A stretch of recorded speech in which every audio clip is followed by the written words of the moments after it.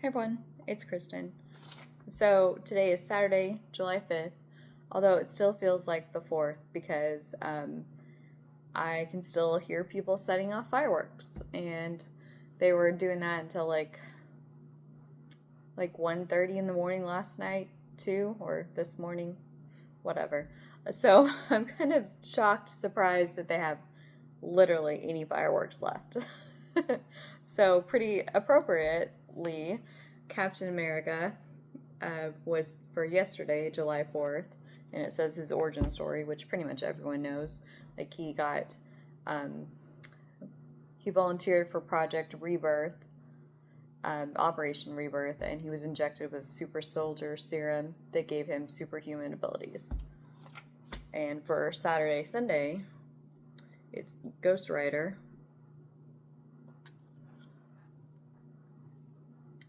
I always thought, yeah, this incarnation of Ghost Rider was really cool. I mean, Ghost Rider's just a cool character anyway. Like, how could you not think a character with a flaming skull as a head is cool? I mean, seriously. So for today, our stamp, or, well, when I say today, I mean like yesterday and today. It's Brera. Probably not pronouncing that correctly, but you can see where it is there. Um, and it says from Marvel Team Up number 22, that's where you can find his stamp, June of 74. He's the only Marvel value stamp to appear in just one comic book.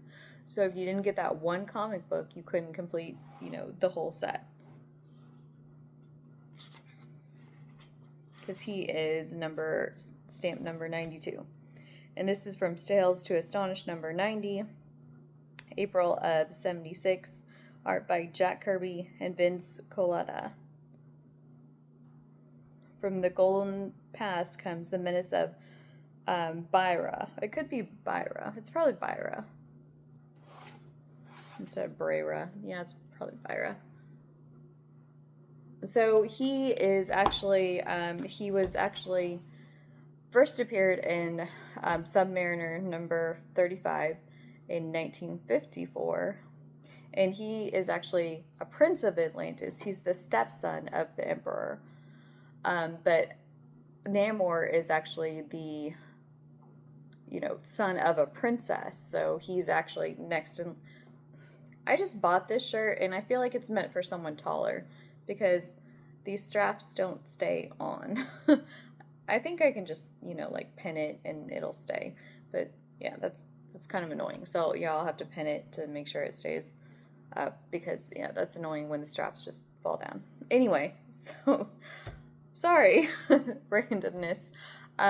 So he's this. So Namor would be, next in line considering he's the actual son of a princess and not just the stepson. But Byra kind of, they grew up together, they played together, but Byra pretty much resented him because he was, next in line for the throne. He thought the throne should be his, especially considering Namor was, a half-breed. His mother was an Atlantean princess, and his father was just, a surface dweller. So, yeah, he resented him for that fact that as an impure Atlantean, he still would have the throne someday instead of him. And he's actually the one that convinced Namor that he should go to the surface, like to explore the surface world in the first place, hoping to get rid of him and that he would never come back. And then he could take over. So because of him, he kind of, like, it kind of reminds me of Firestar, the episode Firestar and his Spider-Man and His Amazing Friends, where she has that nemesis. I can't remember her name, but the nemesis called her Miss Angelica Jinx because she, had her powers and she would have all kinds of like mishaps because she couldn't control her powers yet.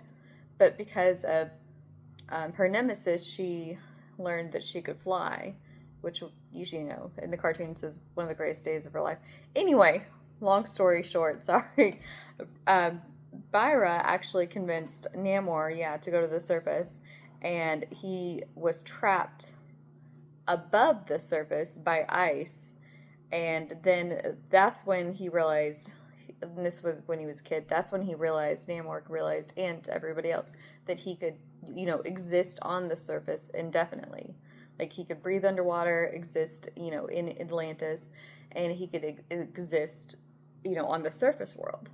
Like, and he didn't need any, because of course, Atlanteans, in order to breathe on the surface, in this, surface world, they have to have, like, devices and stuff to help them, because they can only exist, like, okay, well, in the comic book world, they can only exist, like, 10 minutes on the surface world without, like, a device to help them.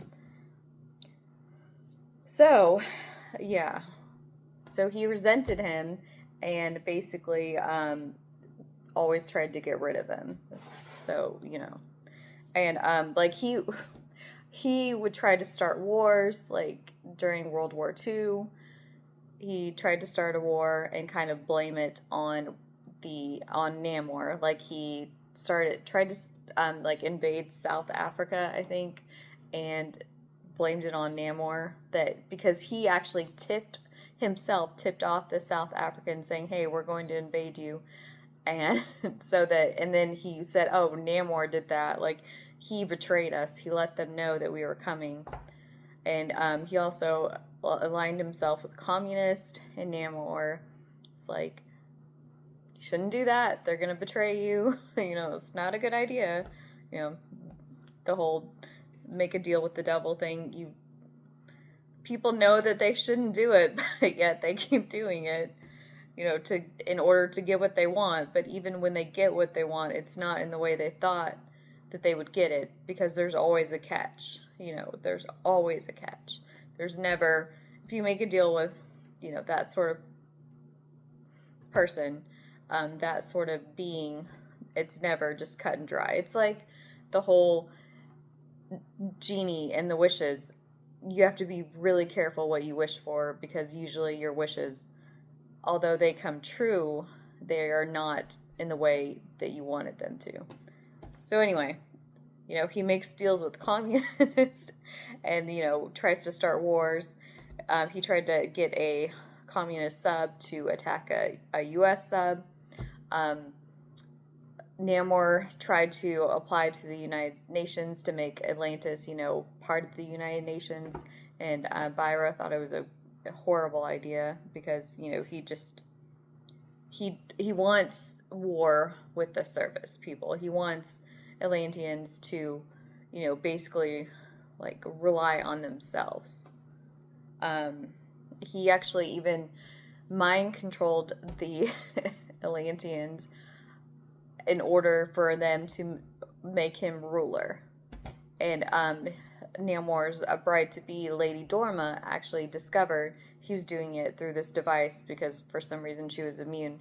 So she destroyed the device, and because Byra had exiled Namor, because, he was made the ruler, so he exiled Namor. And then when Lady Dorma destroyed the device, Namor actually did come back.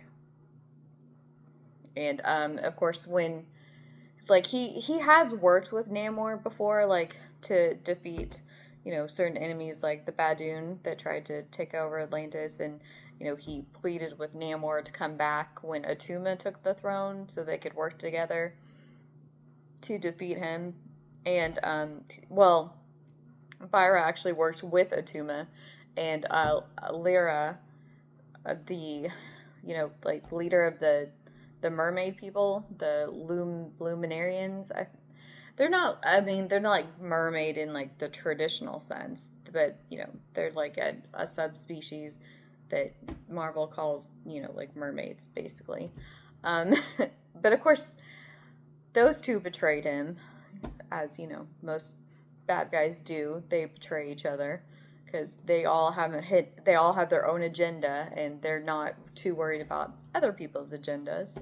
So, yeah. And I feel like I don't know why, but I feel like he died in like Submariner 35. Like I remember thinking, well, that's weird. Like he made his first appearance in Submariner 35 and then he died in Submariner 35.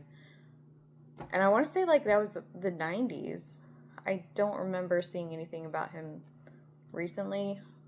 I could be wrong. Like I said, I don't, I mean, I've read Namor and, tie-ins with him here and there, but I'm not like, it's not like X-Men where I'm like reading everything that they're in, and everything that comes out involving them, that sort of thing. So yeah, I don't know. That sticks out in my brain that it was odd that it was the same, same issue. Of course, not the same volume, but the same issue. So yeah, that's really all about him. Like I said, I don't know. He's one of those characters. Like it's interesting they even gave him a stamp. Honestly, I feel like maybe they were going to try to do something more with him, or they wanted to see, like, test the waters, see if he was popular, like, at all, if they could, make him popular, maybe. I don't know. It seems odd that they would give him his own stamp, and then you could only find his stamp in that one issue. So, I don't know. So, I hope you join me in the, actually, with the the Fantastic Four movie coming out, the next stamp is actually Silver Surfer. So we will be talking about that on Monday. Oh, like I said, holidays just run together. And of course, Mr. Fantastic and Invisible Girl, as she was called then, have had a stamp, I'm pretty sure. Like I said, there's been 92 stamps. It's hard for me to keep track sometimes, but I'm pretty sure they both had a stamp. I'll have to double check that. We'll find out on Monday. Or if you remember, oh yeah, they had a stamp, let me know. So, I hope you have been enjoying these videos. Like I said, it's fun for me to be able to talk to you guys and share this with you guys. Because most of the people in my life, they're like, okay, that's nice. They don't get it, which is fine. I totally understand. I get it. Not everyone wants to hear about everyone else's like hobbies and stuff. So, anyway, I'm sad Dazzler didn't join us, but she's off who knows where. She's not in her tray this time, which I'm shocked by, because usually she's in the tray right here on the table, like taking a nap while I do this video. But no, nowhere to be seen. So I guess I better go see where she is to see if she's destroyed something. So until next time, bye.